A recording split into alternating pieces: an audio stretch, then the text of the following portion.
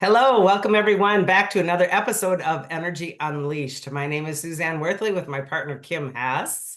Well, good Good morning. morning, Good or morning. whatever it is for anyone who's watching this, I guess. Right? Look at your beautiful background, your sunshine. It's so glorious. It's really pretty up here right now. Yeah. Tail end of the holiday weekend, well, stretching into the next week, right? Yes. In recovery. Yeah, the recovery weekend. I know the recovery days from the weekend. Yeah, that's what we should call it. That's funny. Uh, okay, I wanted to bring up something today that seems to be a bit of a common theme on client sessions in many different capacities, and I'm just going to kind of lump all this together because I think a lot of us struggle with the concept of healing, even though you're coming to a so-called healer or an energy practitioner or a chiropractor or a Reiki person or whatever, right? And you're going to them, and oftentimes I get this feeling of fix me. Yeah. And practitioner wise, I have a couple friends that we always laugh because people say fix me, and I know today I'm going to my own massage person and I'm going to say fix me in my head. And I think it's very interesting because a lot of us go in with that notion of that we're broken and that we want to get fixed by someone else. And then this is the crux of what I want to talk about today. We don't accept that we can be healed. And it's just such a crazy thing because we think that we're going to go get fixed, even if we give that power to someone else, which indeed isn't real. And yet we don't retain the so-called healing. That's so interesting because I know when I first started going to you, I would be like, I have everything wrong with me, just fix me. Just I seriously, I wish don't it was know that what my easy. body's numb, my heart is numb, like just fix me. Right. But I want you, yeah, definitely get into more about how you don't accept healing because Yeah. I'm sure I probably did that too, not knowing that I did it. Well, I'm going to give you a tangible example. When a healing is done, especially a quantum heal, meaning the kind that I do, and not that mine's any better than anyone else's, but when you're doing quantum work, that means that you're way out in way out here into the fields of who and what you are instruction set wise. And somebody like me changes really big, deep files and information sets and structures and things like that. And it is imperative for us to understand that it's then like a jawbreaker inside with layers and layers and layers and layers of our auric field and our fields, etc., that go interpenetrating, and it keeps changing the instruction set on a lot of different levels. So every time I finish a client session, I say, this is quantum work. So it will still be working for at least 48 hours, 24 to 48, usually 48, sometimes even more. Yep. And it is critical that you only focus forward on what you want, not give attention to what you don't, so it doesn't confuse the law of attraction, and reset exactly what you don't want. So, for example, if your shoulders were tight and they're even this much more open and you want the open, you're only saying, oh, they're open. Thank you for the open. I want more open, not, oh, those are still kind of tight. Because the second you say that and give attention to it, the tight comes back. Oh, got it. Okay. Okay. So it's your how I say you it, I say it every single client. And I know it for myself as well. Every single solitary time I say it, and literally so many of them, and I'm not judging people or getting upset with people, but it's the human nature. Literally, they'll stand up and we'll do another body scan to compare where they were before the healing on the bed. And like so many will go, well, it's still really stuck right here. And I'm like, okay, what did I just say? Like, what did I just say? So human nature does that. We're crazy beings that always focus on what we don't want. yeah. It is as I was learning more about law of attraction, and then you catch yourself in your own life and your Oh, self-talk and all of the things that go with that. I was just I had no idea how much mhm, negative we pull in based on just our random thoughts that we've had since childhood. right. Some since, whatever something happened and you just I it does bring in the negative. It brings It does. back it brings in what you don't want. It Yeah. does. And it resets. And it's so interesting to me because I was talking with a sister yesterday about like weight loss and things like that, and where's the set point in your body? And this is another kind of a veer off, but same in terms of if I'm losing weight and I get to a certain point and I like that, and then I so-called stop a lot of those protocols, immediately I go back to where I was, if not Mhm. bigger, because that's your set point. So where do our set points change also? Where do these set points change, and do they ever change, and how do they change? And I know that they change because there's other people that will, forever walk away from this table and be completely great with what they came in with. Mhm. But when I get someone who will immediately start negative talk and self-talk, I I I guess I'm challenged with the idea is that programming or is that self-sabotage? But self-sabotage is still programming, right? So I mean it Yes. still is. So so is it I'm just doing it because I'm on autopilot and that's the way that I perceive and navigate life? Or is it because I really feel like crap about myself and I want to just really, rah, rah, rah, rah, rah, on myself? So it's a little bit of both. I see it with clients.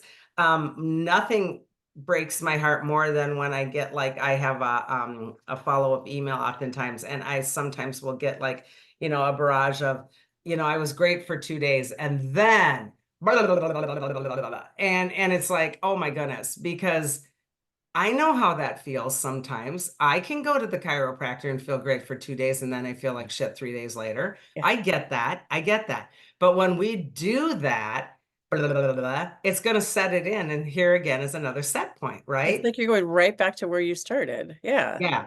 So Can why do you we go do ahead? that? I mean, Yeah. why do we do that? I don't know, but there's something about the body on the third day. Whenever you do something, there's something about that third day. Like after you have a baby, that third day was always my worst day. Like I would feel horrible running a little temperature on that third day. So there's like maybe there's something in our healing ability that it seems like the third day is a weird day Well, after it takes healing. it takes that 48 hours for anything to actually happen. Again, if Mhm. I'm doing massive yard work up at the cabin, Yeah. okay, and I'm like, whoa, even though I'm this old lady, I'm feeling great. This is so great. I don't even feel bad. And then day three, it's like, oh, oh, Can't oh, even get out of bed. What just right? It's like, what just happened? What did I do last night? What did I do yesterday? It wasn't last night or yesterday. It was the 3 days ago. Yeah. So the Yeah. human body does take that time to, and this is a different kind of a reset that we were talking about before, Yes. but it does. It takes an amount of time for it to, it's like stirring the pot. And then all those pieces are filtering through not only your humanness, remember, we're talking about Mhm. field work. We're Right. talking about your actual templates. And when that's all going through all of the templates, it has to settle. Mhm. This is why it's critical for us to actually have a positive attitude and say, yeah, this soreness, this stiffness means that I'm calibrating still and I'm coming into a choice point to say, do I retain this?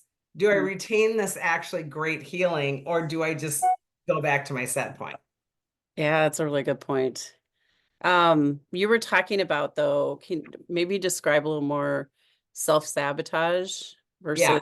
programming. Well, when we are in these situations, when we start to say things like, I think the self-sabotage level is a little bit more of when we really are suffering with our self-worth, that we're really suffering with our safe and enough, but mostly our worth in terms of, I'm going to tell not only you, but I'm the kind of a person, and again, I'm not judging, I'm just saying these are red flags. I'm the kind of person that's going to jump on social media and say, oh, life sucks. This is horrible. I got this happening. This is da da da da da. This is so dangerous in terms of the energy field because then everybody jumps on and one ups you. This is what's so amazing for me with Oh humans. my God, that's so amazing. Keep going. The one uppers, Yeah. right? Yeah. And females are the The worst, worst. especially when we're talking about spouses. My husband, yada yada. Oh, you think you got it bad? I mean, I love participating in those because it is so humorous to watch.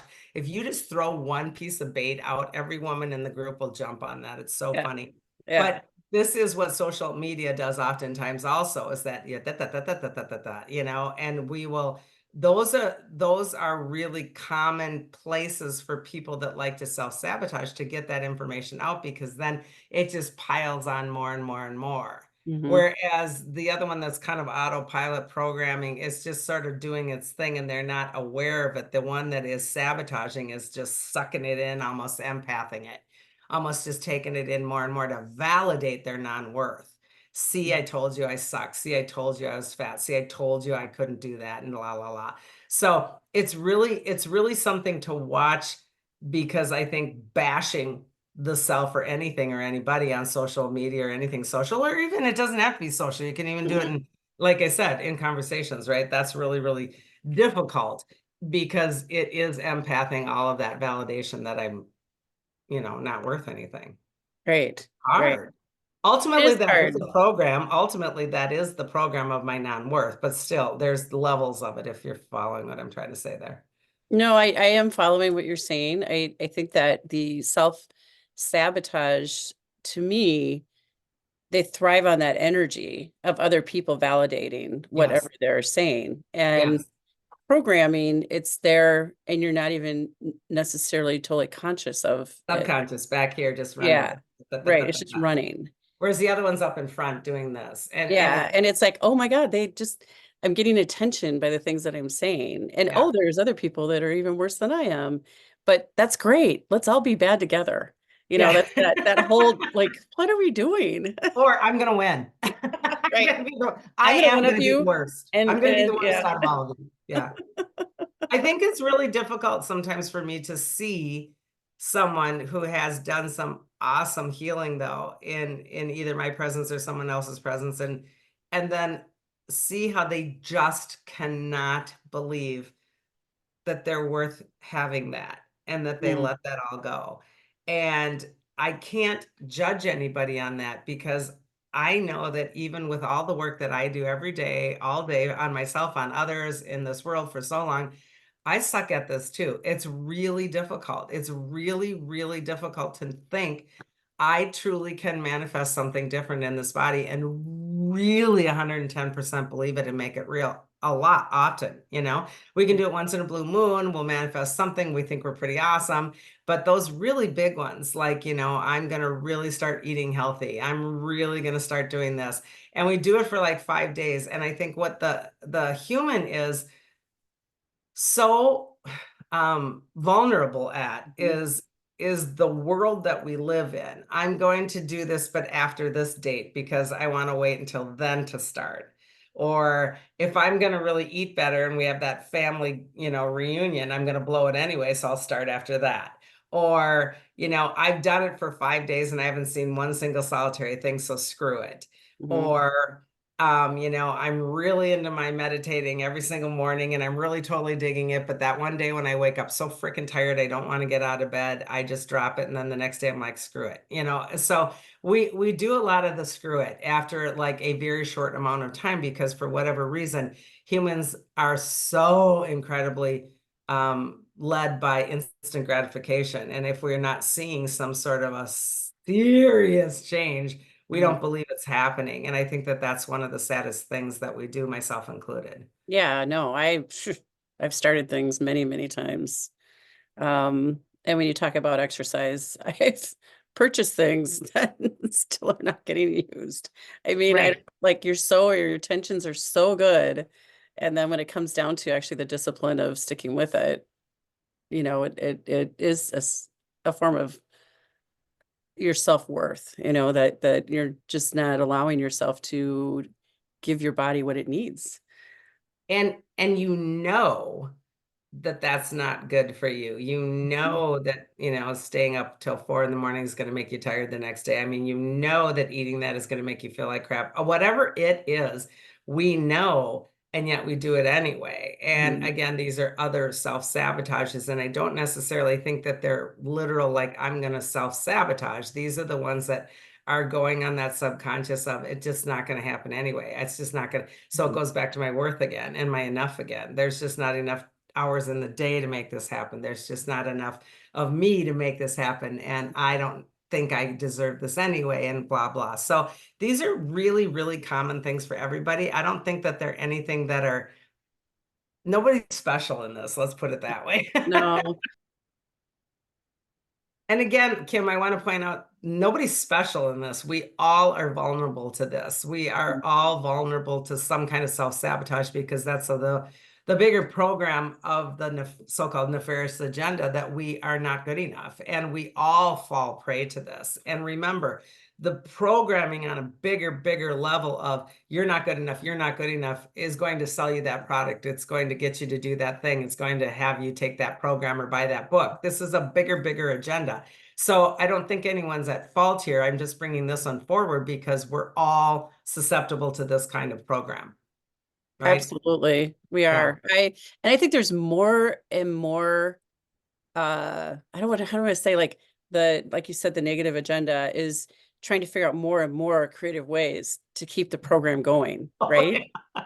So I just read something this morning actually that they're using science and what they're talking about in science as a new way of programming because, and it started with COVID, Mhm. follow the science.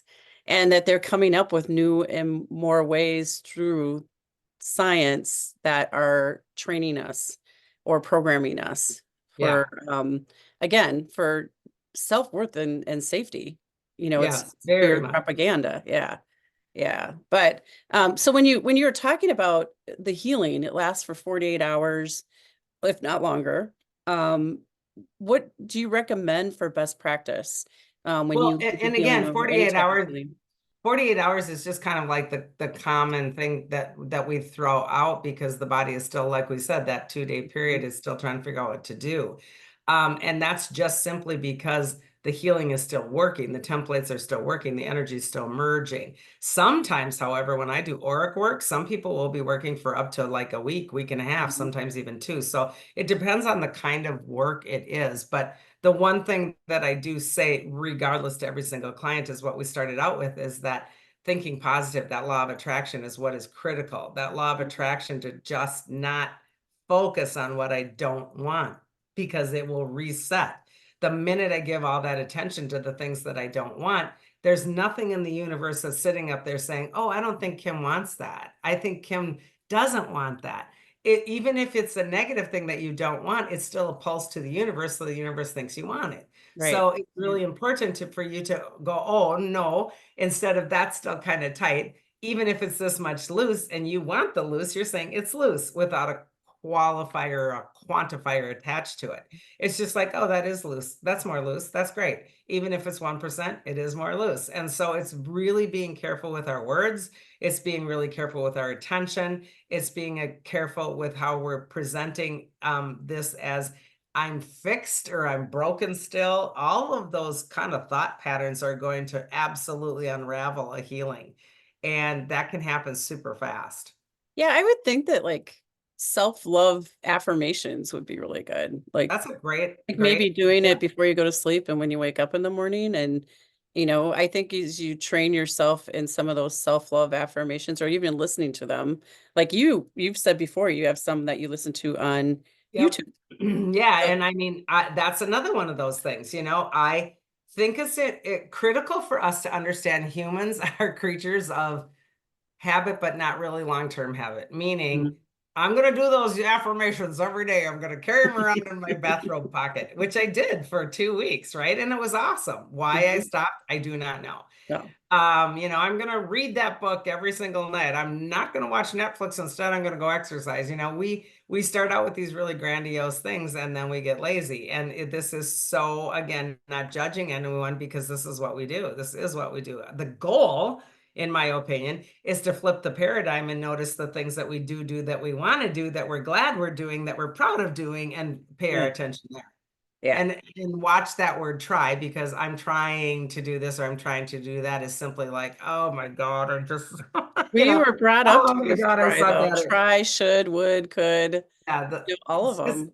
it's just this little in between there that we don't even realize that we're doing to our brain. So Yeah. I'm working on it. I'm doing it. I am doing it. Even if I'm doing it once, I'm doing it. So these are kind of those little tricks that we can work to pull in that positive. There you go. Yeah, Okay. Yeah, that super makes a lot of sense. I think that is helpful for anyone. I mean, it's any healing, any type of healer that you go to, even Yeah. massage. Like Oh gosh. massage is a huge healing, Yeah. that I look forward to. And when I walk out of there, I'm so grateful that I can do that because it feels so good for Yep. a long time. It's really great. And then you do hit that day where you're like, oh my God, I feel 100.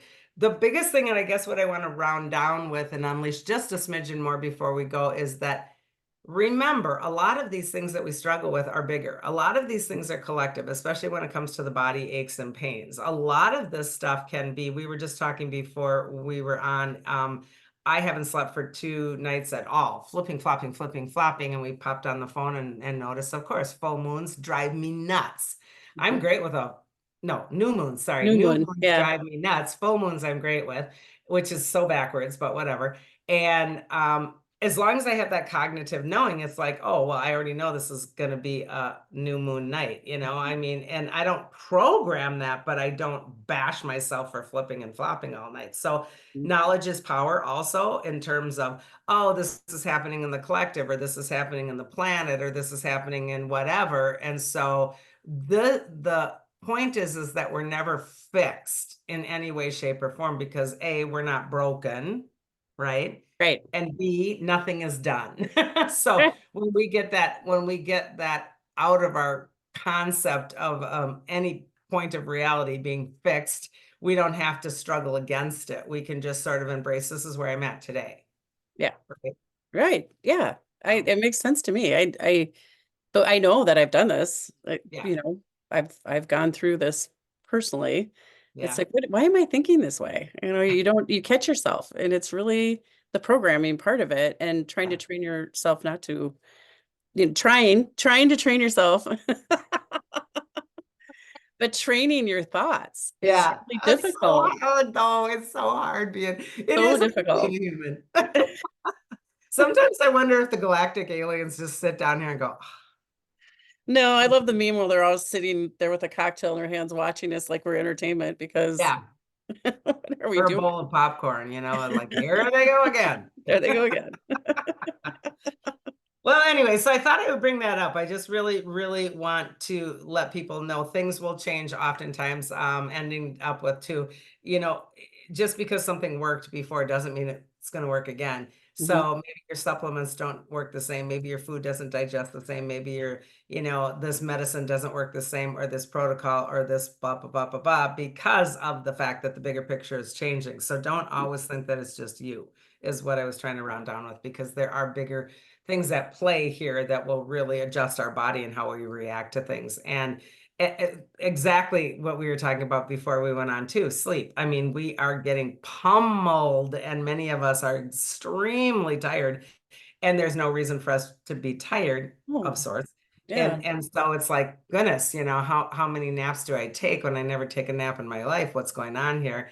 And we don't have to jump to the conclusion again that we need to be fixed by something. It's just an evolution of what we're going through right now. So just being aware and being present, I think, is one of the biggest keys. Right? Well, yeah, and being kind to yourself because into your body. Yes. That's where I get really upset. I'll start to bash my body for not doing the things that I would like it to do. And Yeah. that you're going down a whole different path. Yeah. So being kind words and love, it's I better, important. I think I'm going to go look up the affirmation YouTube. YouTube. Yeah. Go put it back in my pocket. Okay, well, everyone, on behalf of Kim and I, thanks for watching. We really appreciate it. If you choose to, which we hope you do, maybe hit subscribe, share, or like, and tell your friends about us, and comment if you would like to, too. We would like to go into the spaces and places that are important to you. I mean, we love being able to answer any of the comments or the suggestions or the topics that you want to hear. So until next time, everybody, cosmic hugs. Goodbye.